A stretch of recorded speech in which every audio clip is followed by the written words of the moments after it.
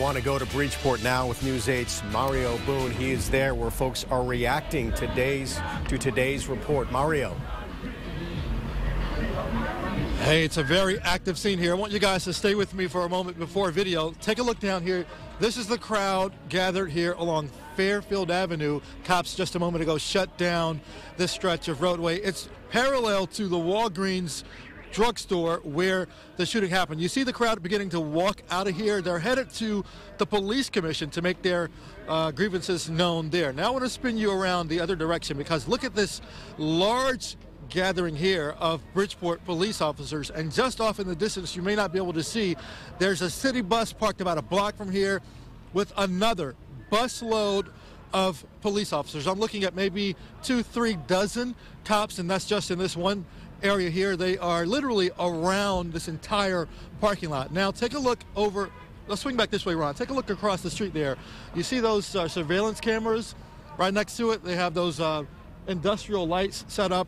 The cops have put those things in place as a security measure to be able to spot out any kind of disruption here so they can move in as quickly as possible and bring things under control. But guys, I got to tell you, since we've been here, the crowd extremely peaceful, very nonviolent, nothing really of that sort happening at all, other than people are here to simply make their concerns known over this exoneration of this officer. Now, a moment ago, I spoke to one of the local pastors from this community who was equally as upset. I want to let you listen to what he had to say about the decision today.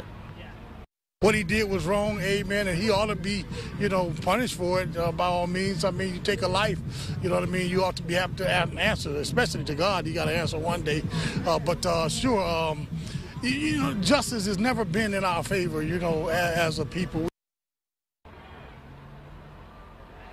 All right, I'm back live here, guys. I want to read to you a statement that was just put out by the ACLU on this exoneration. It's from Maureen Platt's decision not to press charges against Bridgeport police officer James Boulay is part of a pattern of police not being held accountable when they hurt, kill, and discriminate against black and brown adults and children in Connecticut and across the country. And again, guys, as we come back live here, you can see the crowd has moved from this location. They are now headed to police commission headquarters where they plan to present grievances there. And I just want to give you another look at the police here. The police are also beginning to disperse. They are headed behind the protesters. They want to keep an eye on things and make sure nothing gets out of hand.